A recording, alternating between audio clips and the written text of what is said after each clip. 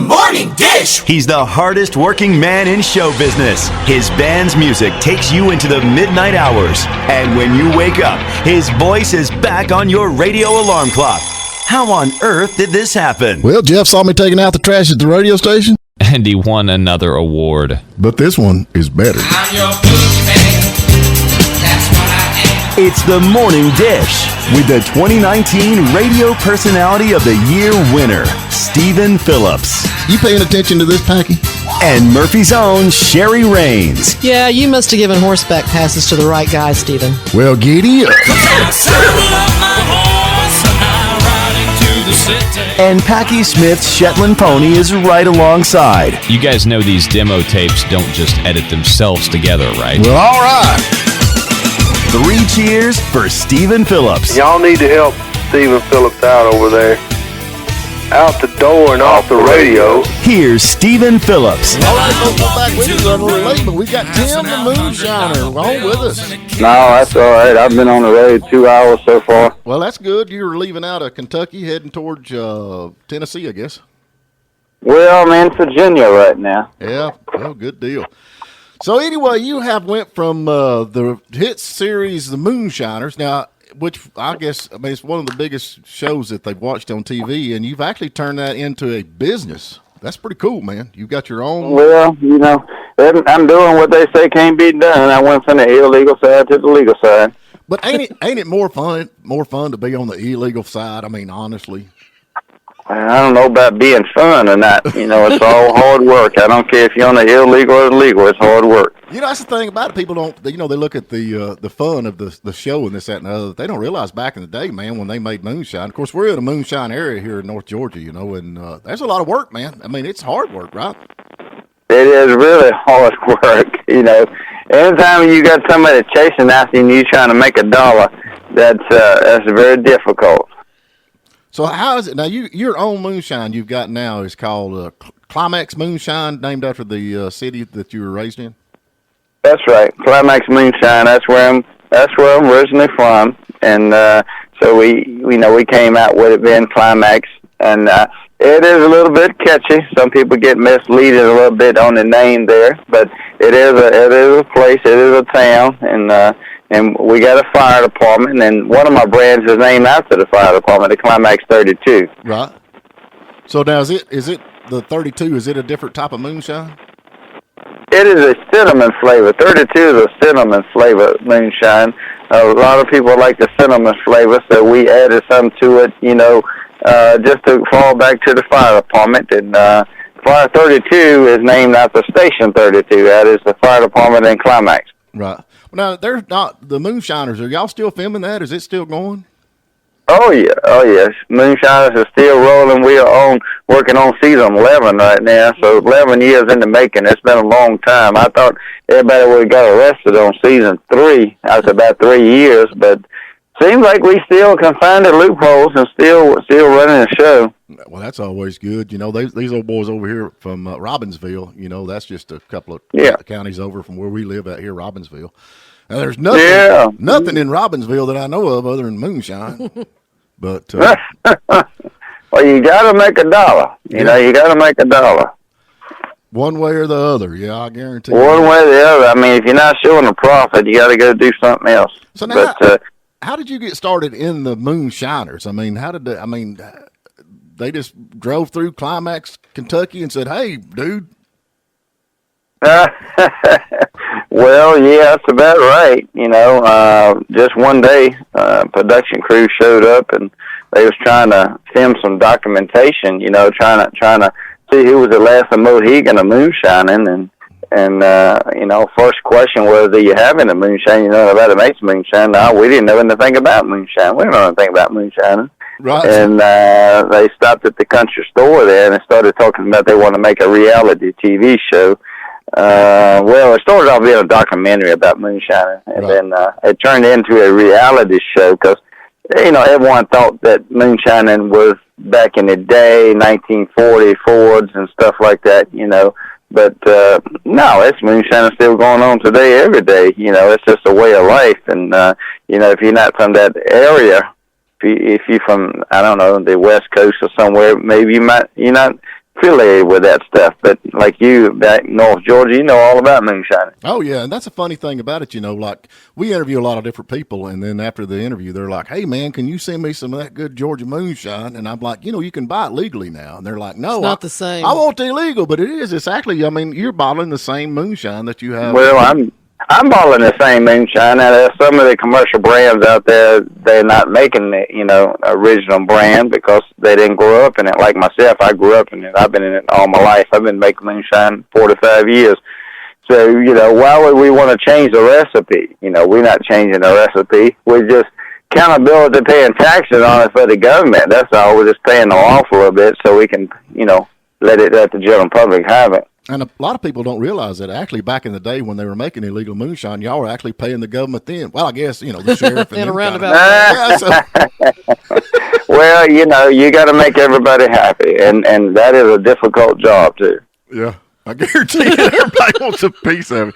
I don't know. I got a buddy of mine over here, Tommy. He's got Granddaddy Mims, because his grandfather was a big moonshiner back in the day. But when that, I've got nobody. My great grandfather was a revenue officer back in the day. And the enemy. Yeah, the enemy.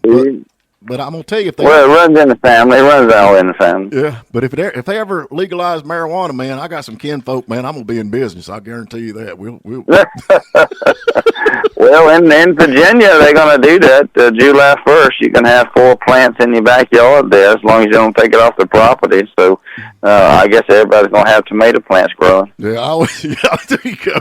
I always think about back the movie White Lightning with Burt Reynolds, where the hippie van went by with legalized marijuana on it, and Burt Reynolds said, they legalize that stuff, it's going to ruin the liquor business. So. Well, it all goes and comes. It's all seasonal. It's all agricultural product. Yeah. Yeah, I'm with you. I mean, I don't know. Moonshine, of course, we growed up with it, and I like moonshine if it's made right, because you can actually taste the corn. I mean, if it's done right. If it's not, if it's made out of something different than what it's supposed to be. You know that as well as I do. I want to know one more thing, though. This is something that is totally new to me. You drink your moonshine with sweet tea. Yeah, I grew up in it as a kid. My dad, he always wanted us to taste it when they come out of the still, so we could know where the heads and the hearts and tails at, so we'd know where to cut it and where to jug it up. And I was just a little kid, and that stuff was too strong for me. I just couldn't do it. Right. And my mother, she started letting me take a half a gallon of tea, put the bags in it, and let the sun make it, and she said, now you take some of that tea there, and she'd put a half a cup of sugar in a half a gallon, and it'd sweeten it up real good for me. And she said, you gotta put some of that in your mouth, and when they go to pass that, the jar around to taste it, then you taste it and you hold that sweet tea in your mouth. And I cheated a little bit, and I'm talking about I'm 5 years old now, right. and I'm drinking against these guys that's 30 and 40 years old.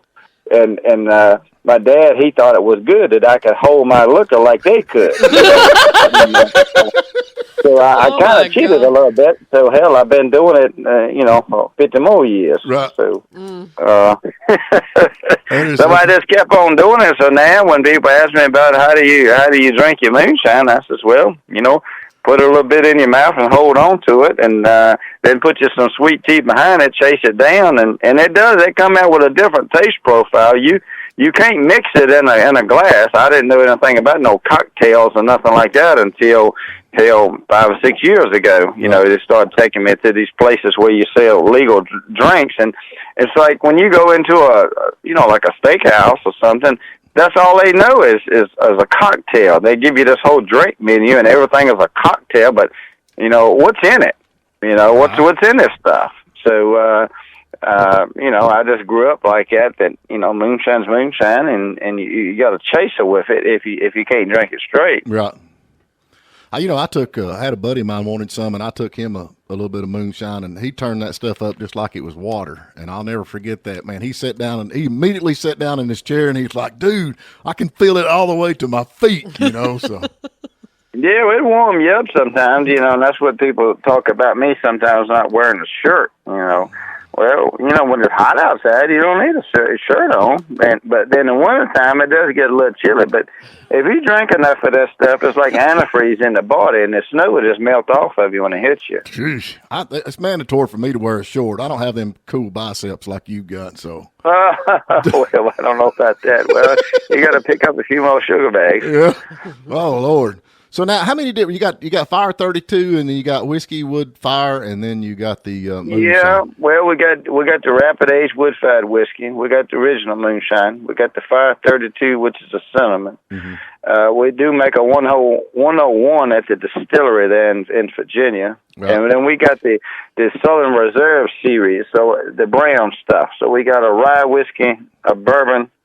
And then a whiskey, which the whiskey is more of a blend. It's a combination of stuff blended together, right. And it also has a little tint of white oak and maple wood that we age it in. So I think that's the best whiskey out. Right. And all of it's 90 proof, so it's not too hot for you. So tell me something else before we go, because we're kind of getting close to the end of the show. But, yeah. Anyway, you got that. You still got the Pontiac, man, the Grand Prix? I knew to get to the car. I still have that Pontiac. Yeah, that 74 Pontiac. I'm a car guy, man. That is a good looking ride. Ain't no doubt about it. Yeah. It's one of the few out there. I think that body style is a 73, 74. You only got two in that body style. I'm always cautious driving it because somebody wants to run into it. I can't go to the junkyard and get a fender. I know, man. I know what you're talking about. So, but anyway, I tell you, everybody says, "Oh, you ought to drive that thing more." I'm like, well, the more you drive, the more likely you have an accident. Yeah, especially with moonshine. Yeah, well, it's good to look at. It's a little eye candy there. There you go. So sounds good too. If somebody wants to get up with you, how do they do that? Where are you going to be at? Well, we're going to be in Camden, Tennessee tomorrow. We'll be there all day out there with them Duke boys out there with John Snyder putting on the show at the drive-in. Right. And I'll be there all day long. So now, where is your website? What's your website? Well, website, you can go to TimSmithSpirits.com. You can go to TimSmithMoonshine.com or Climax Moonshine. You can always fall back to that Google there. That's Google Moonshine and Tim Smith. You'll find me somewhere. Watch me on Discovery Channel. You got Discovery Plus now. We're streaming live, so you can see 200 episodes I've shot in the last 10 years, I guess. I'm getting to be old at this game. Yeah, well, you still look good, man. You're still looking good, so. Well, I appreciate that. I think that good moonshine's what it does. There you go. It keeps you young, keeps you energetic. Your body may look like it's 35, but you feel like you're 25 back in your brain there. Your brain's working at 25 and your body's at 35. But actually, I'm getting old at this game. Well, you don't give up, man. Just hang in there. Guarantee you that. So, but well, anyway, I'm gonna try to. I'm gonna just keep putting them down. What they say, put the metal to the pedal and the thing on the floor. There you go. I'm with you. Well, man, we sure appreciate your time, man. I know you're busy, and hopefully we'll get to see you. Maybe we'll get to see you. They got another event coming up that I might be at, so maybe we'll get to see you in another day or two. But I sure do appreciate maybe you. You're down in Georgia someday. There you go. Come on by, man. Yep, come on by. We'll take you out on the boat. Well, I'm westbound to Tennessee right now. So, well, hold her between the ditches, and we will talk to you later. Take care, boss. See you later. All right. Thank you for listening. This is Stephen Phillips, host of The Morning Dish. Please subscribe to our YouTube channel because we have a lot more interviews out there to listen to. Plus, you can listen online every morning at WJULradio.com or Lake 97.7 WJUL. And give us a like on our Facebook page, The Morning Dish.